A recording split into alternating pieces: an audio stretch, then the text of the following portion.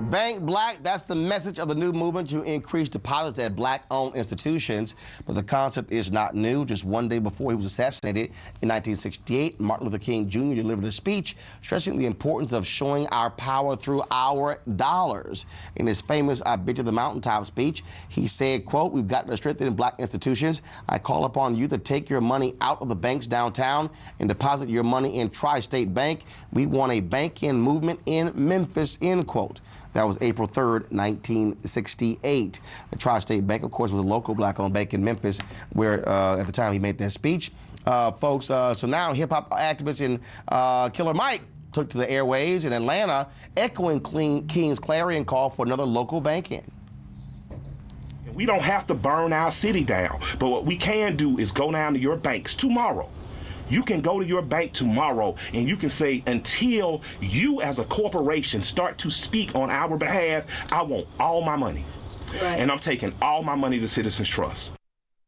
All right, joining us now from Brooklyn via Skype, Justin Garrett Moore, who was so energized by Killer Mike's charge to Bank Black that Justin co-founded Bank Black USA. Justin, also, we're seeing now that, look, we're losing black banks.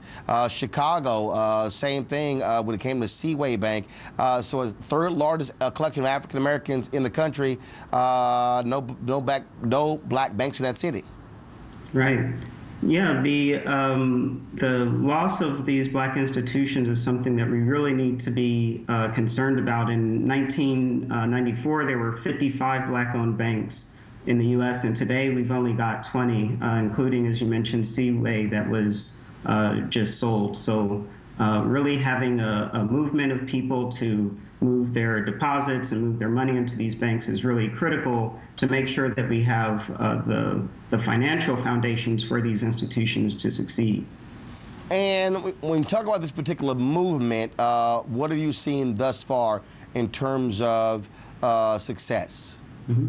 So, as you mentioned, Killer Mike was really instrumental in getting the word out and restarting the movement in July, and this was really after the rash of police shootings over the summer. And so we've seen from banks all across the country over $50 million that's been reported to have been moved. Thousands of individuals, everything from small deposits, people doing kind of, protest deposits, $100, $1,000 here and there, but we've also seen large institutions and celebrities moving kind of larger sums of money. So in total, from the information that we've been able to collect, it's at least $50 million of money moved to these black-owned banks, which is really key. We did see a loss of momentum, of course. That always happens. These banks don't have the same kind of marketing muscle that the major retail banks have, and so it's really important that this be a grassroots effort, and it's been really great with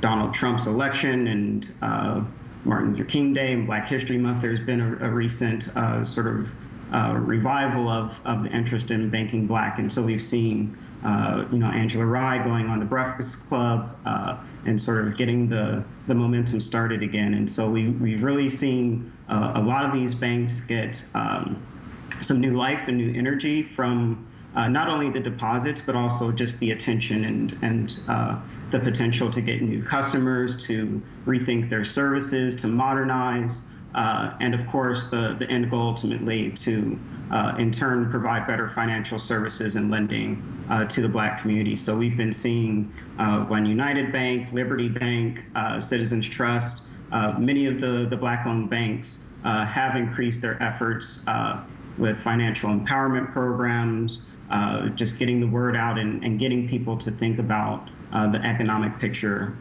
for themselves, their families, and their communities. All right, then. We surely appreciate it, man. Good luck with the effort. All right, it's great. Bank Black USA, at Bank Black USA on Twitter, Facebook, and Instagram. All right, thanks a lot. Okay, great. Real quick comment, Avis, Wilmer, and Sue. This is exactly what's needed. I mean, we have, as a community, as a collective, somewhere around $1.3 trillion in buying power. And unfortunately, well over 90% of that goes right out of our community. One of the ways in which all of us can actively resist this administration and make our power known is to make sure that we don't support institutions that don't support us, and therefore it's imperative that we transfer our economic power outside of those interests and into those banking institutions that will be there for us when we need it. If we were a country, I think we'd be about the 13th or 14th largest in terms of that $1.7 trillion number. And you're absolutely right about opposing the administration, but I think we need to flip that and stop talking about being against it and understand it's pro-us, not anti-them. Sue?